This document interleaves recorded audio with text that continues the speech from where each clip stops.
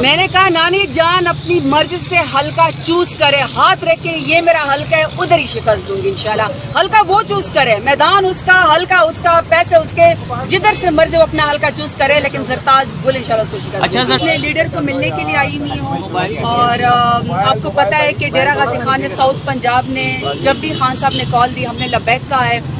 میدان میں ہم پہلے سے موجود ہے. جب جنرل الیکشن کا میدان ہوگا پورا پاکستان تو جیتے گا ہی جیتے گا. میں یہ گارنٹی دے رہی ہوں کہ انشاءاللہ ساؤتھ پنجاب لیڈ سے خان صاحب کا میدان مارے گا. تو آپ نے بہت دیر نہیں کر دی اپنے لیڈر کو دیکھنے میں, یہاں آنے میں؟ میں گراؤنڈ پہ ہوتی ہوں, اور میں گراؤنڈ کے اوپر ہوتی ہوں. میں گراؤنڈ پہ وہ ورکر ہوں جو 7-7 گھنٹے دھرنا دے سکتی ہے, جو اپنے ورکرز کے ساتھ بسوں کے اوپر جا سکتی ہے. آپ کو پتا ہے کہ میں گراس روٹ لیول سے الیکشن جیت کے آئی, خان صاحب کے ٹکٹ کے اوپر آئی ہوئی ہوں. خان صاحب جہاں میں کہیں گے کہ آپ نے پروٹیسٹ کرنا ہے میں پروٹیسٹ کروں گی. خان صاحب مجھے یہاں بلائیں گے تو میں یہاں آ جاؤں گی. خان صاحب کہیں گے کہ آپ نے اسلام آباد آنا تو میں اسلام آباد آ جاؤں گی. ہم تو ورکر ہیں, خان صاحب کے ٹائگر سے, ٹائگر سے لبیک کہتے ہیں.